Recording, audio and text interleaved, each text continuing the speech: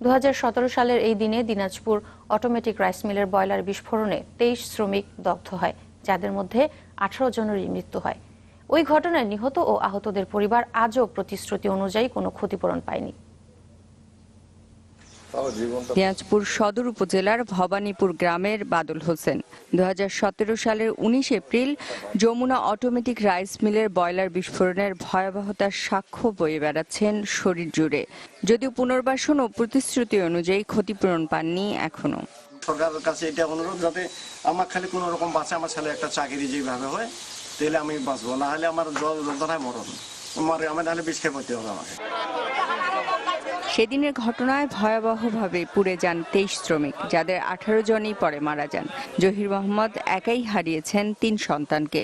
আহত ও নিহতদের পরিবারের অভিযোগ, 5 লাখ টাকা করে ক্ষতিপূরণ দেওয়ার কথা থাকলেও 2 দফায় তারা পেয়েছেন 1 থেকে 1.5 লাখ টাকা। না, সরকারের কাছ থেকে আমি আর কিছুই পাই নাই। ওই 18 তারিখে যে 50,000 টাকা দিয়েছিল, ওই 50,000 টাকাই পাইছি। টাকা পয়সা কিছু সাহায্য দেয়, বিস্ফোরণের ঘটনায় আন্দোলনে যায় ট্রেড ইউনিয়নগুলো। সেখানে নেতৃত্ব দেয় নেতা দুর্ঘটনার শিকার শ্রমিকদের প্রতিশ্রুত ক্ষতিপূরণের দাবি জানান। যে ক্ষতিপূরণ দেওয়া হয়েছে তা খুবই সামান্য এবং পরবর্তীতে আর কোনো ক্ষতিপূরণ দেওয়া হয় নাই।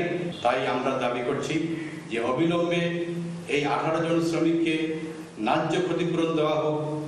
জেলা প্রশাসকের দাবি, মিল মালিকের সহযোগিতায় ক্ষতিগ্রস্ত পরিবারগুলোকে সহযোগিতা দেওয়া হয়েছে। তবে সরকারিভাবে ক্ষতিপূরণের বিষয়ে তিনি কোনো মন্তব্য করতে রাজি হননি। আমার জানা মতে বয়লার যে মালিক ছিল সেই কিছু কম্পেনসেশন তার মাধ্যমে দেওয়া হয়েছে আমার জানা মতে। আশ্বাস দিচ্ছে, এখন দেয়নি, আমি কি করবো এখন।